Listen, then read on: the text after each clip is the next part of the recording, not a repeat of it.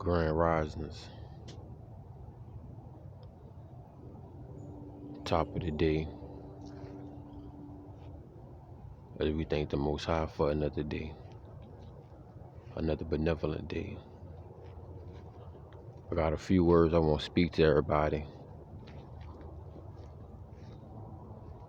and then I'm going to get to the highlighted section of this information I'm going to give y'all.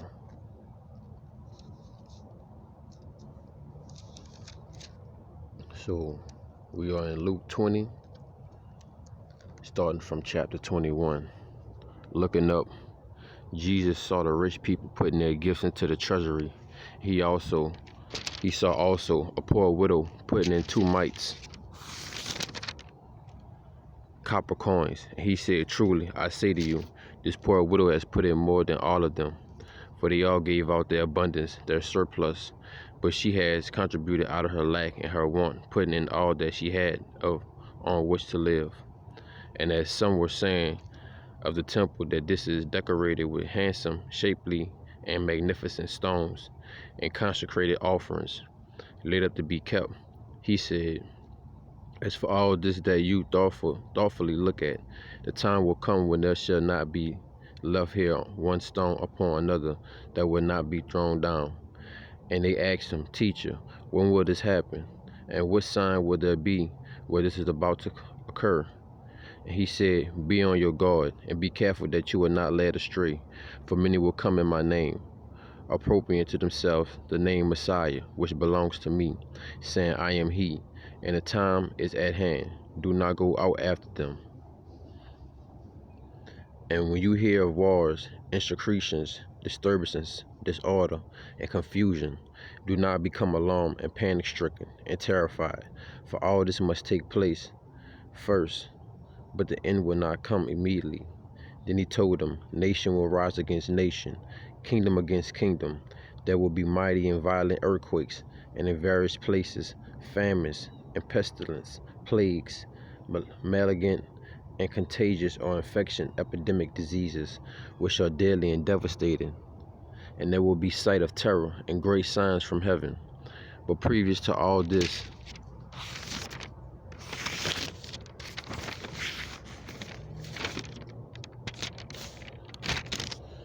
they will lay their hands on you and persecute you, turning you over to the synagogues and prisons, and you will be led away before kings and governors for my name's sake.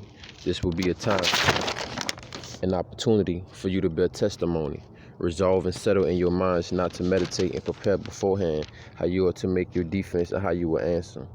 For I myself will give you a mouth and such utterance and wisdom that all your foes combined will be unable to stand against or refute.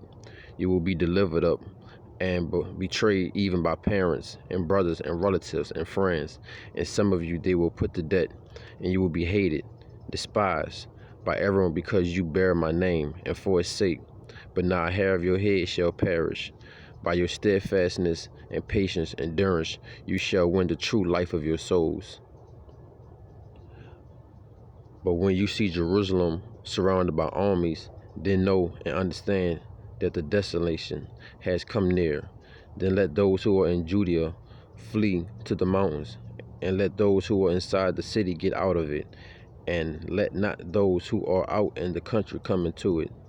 For those are the days of vengeance, of rendering full justice and satisfaction, that all things that are written may be fulfilled.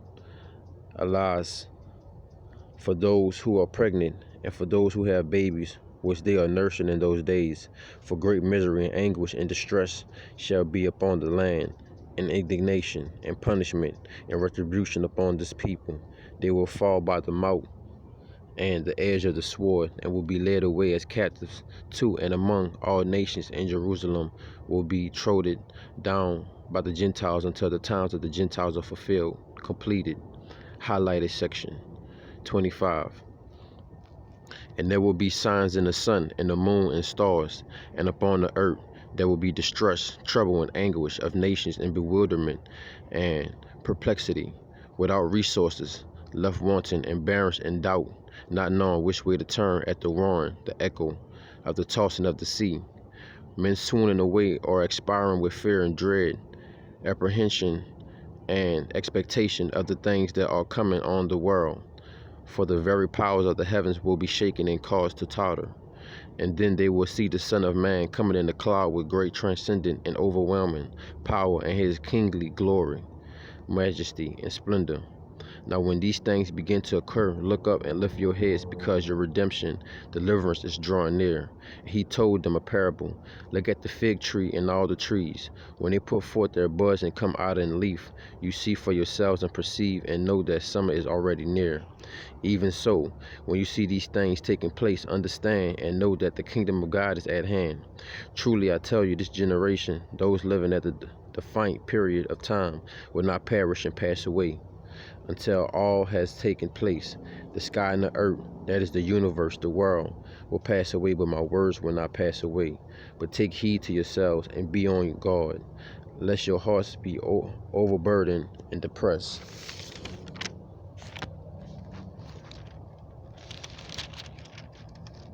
weighed down with guidance and headache and nausea, of self-endurance, drunkenness, and worldly worries, and cares pertaining to the business of this life, unless that day come upon you suddenly like a trap or a noose.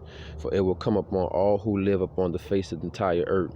Keep awake then, and watch at all times.